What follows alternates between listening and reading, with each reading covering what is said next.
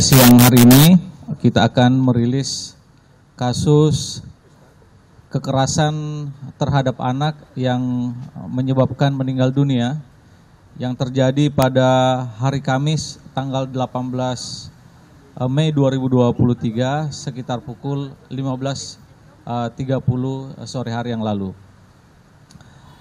Dari peristiwa ini dapat kami jelaskan bahwa dari hasil penyelidikan dan penyidikan yang sudah dilaksanakan oleh Satuan Reserse Polres Tabes Semarang telah dilakukan pemeriksaan terhadap 9 saksi.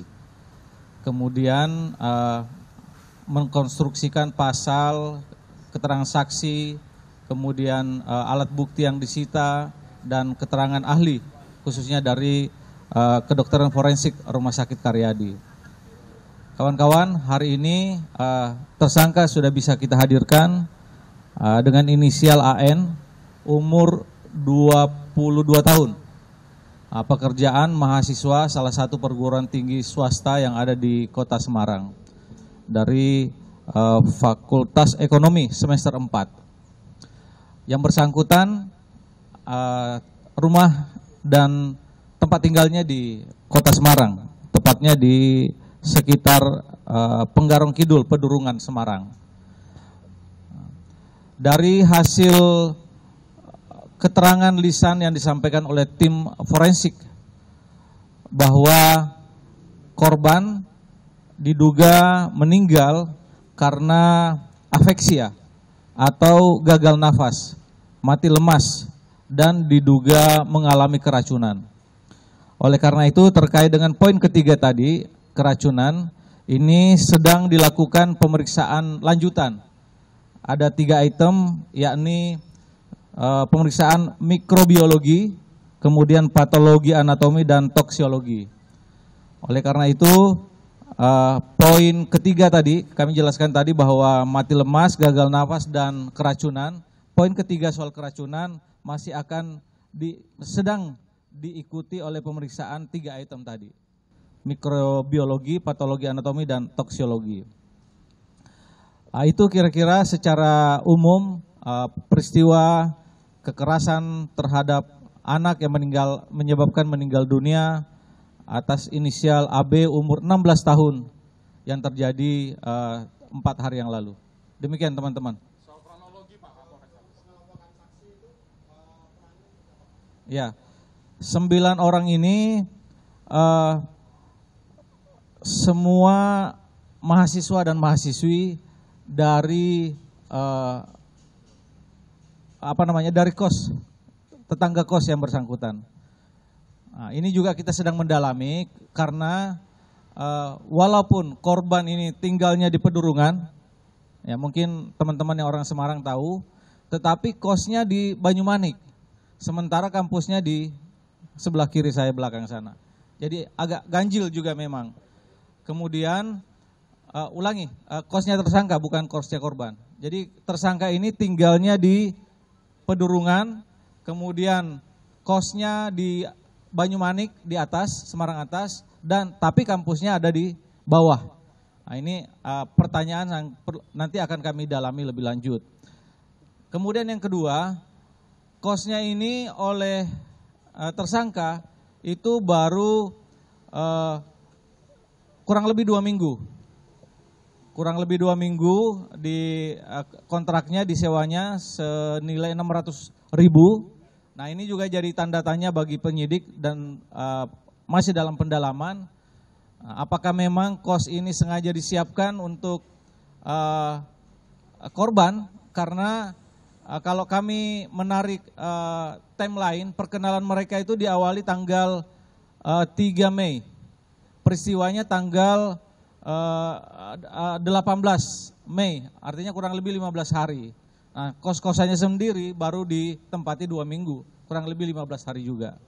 Nah, kira-kira gitu. Tadi ada yang bertanya bagaimana kronologisnya. Jadi memang dari keterangan sementara yang disampaikan oleh tersangka atau pelaku, yang bersangkutan kenal dengan korban melalui media sosial. Kurang lebih tanggal 3 Mei yang lalu. berlanjut chatting di Telegram, pindah ke WhatsApp, tukar-tukaran nomor WhatsApp, kemudian janji ketemu, dan oleh korban, oleh tersangka maksud kami, dibawalah ke TKP, ke kos yang disewa oleh pelaku ini yang informasinya baru kurang lebih 2 minggu. Demikian, Mas. Ya, ini pertemuan pertama. Jadi pertemuan pertama memang sebelumnya menurut ini hanya keterangan sepihak ya, karena histori yang ada di HP, misalnya HP-nya tersangka ini sudah dihapus semua. Jadi nanti butuh proses pemeriksaan perangkat IT. Kemudian untuk HP milik korban itu di password, jadi juga kita belum bisa membuka bagaimana histori percakapan mereka, awal perkenalan, kemudian sampai dengan terjadinya peristiwa ini berbasis IT, itu nanti kami mohon waktu untuk itu. Soal temuan miras, Pak. Soal temuan minuman keras. Jadi miras ini itu disiapkan oleh pelaku. Jadi sebelum bertemu dengan korban pada tanggal 18, memang yang bersangkutan sudah membeli miras itu untuk disiapkan di pertemuan pertama mereka.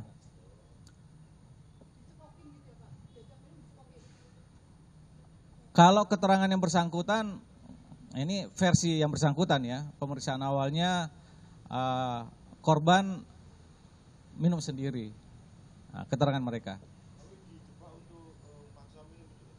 Ya, keterangan ini kan baru versinya si pelaku ya, bahwa korban minum itu di kos-kosan itu minum sendiri, jadi tidak dipaksa gitu.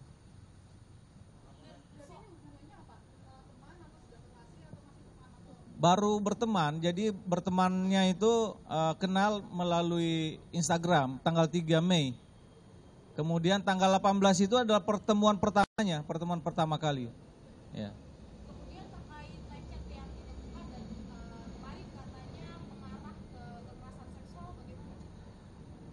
Hasil keterangan lisan dari tim forensik memang menyatakan bahwa ada luka 3 titik. Ya, mengakui.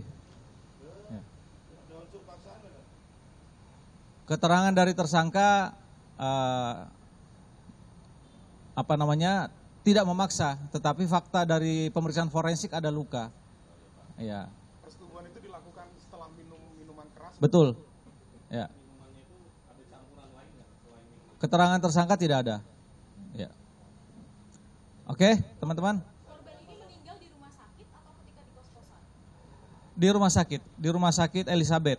Dari rumah sakit Elizabeth kemudian dipindahkan ke rumah sakit Karyadi untuk dilakukan pemeriksaan forensik. Pelaku tunggal ya, Dan? Sementara ini tunggal. Pelaku dan teman-teman yang membawa korban ini kan sempat meninggalkan di rumah sakit Elizabeth ya, Komandan. Itu Ya. gimana ceritanya itu? Kenapa ditinggalkan? Jadi setelah bertemu di kos-kosan, korban dijemput oleh yang bersangkutan. Kemudian dibawa ke kos-kosan, kemudian ngobrol, kemudian minum, kemudian terjadi tadi hubungan laki dan perempuan tadi, kemudian korban mengalami mual, ya begitu ya. Kemudian yang bersangkutan mencoba membantu membelikan susu Bir Brand. Kemudian dilanjutkan lagi mencoba membantu dengan air kelapa yang dibeli tidak jauh dari kos-kosan.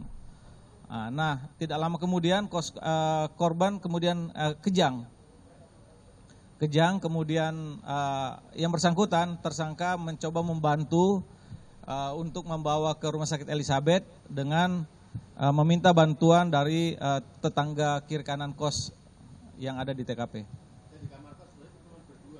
Ya, berdua.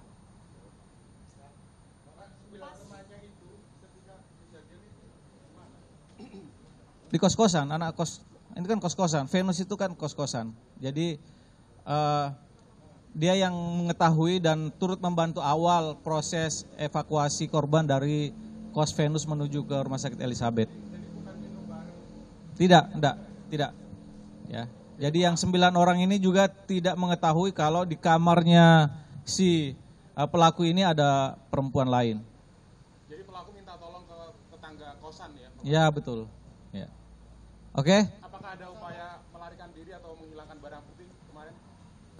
Tidak ada. Jadi setelah keterangannya dan dikonfirmasi dengan saksi yang sudah diminta keterangan juga, setelah membawa korban menuju Rumah Sakit Elizabeth, yang bersangkutan menghubungi pihak keluarga.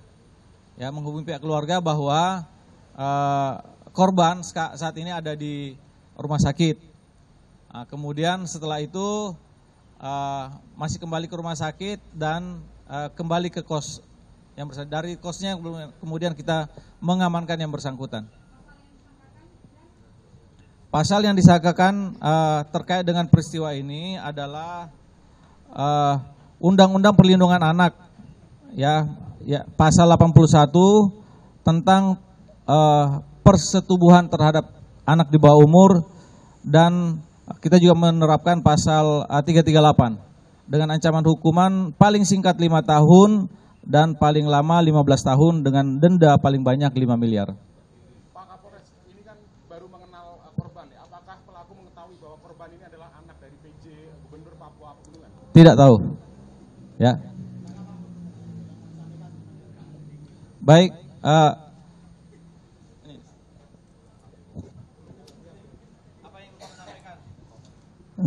sebelumnya saya mengakui kesalahan saya dan saya minta maaf sebesar-besarnya kepada keluarga besar korban dan juga orang-orang yang bersangkutan, dan saya siap bertanggung jawab atas apa yang saya perbuat.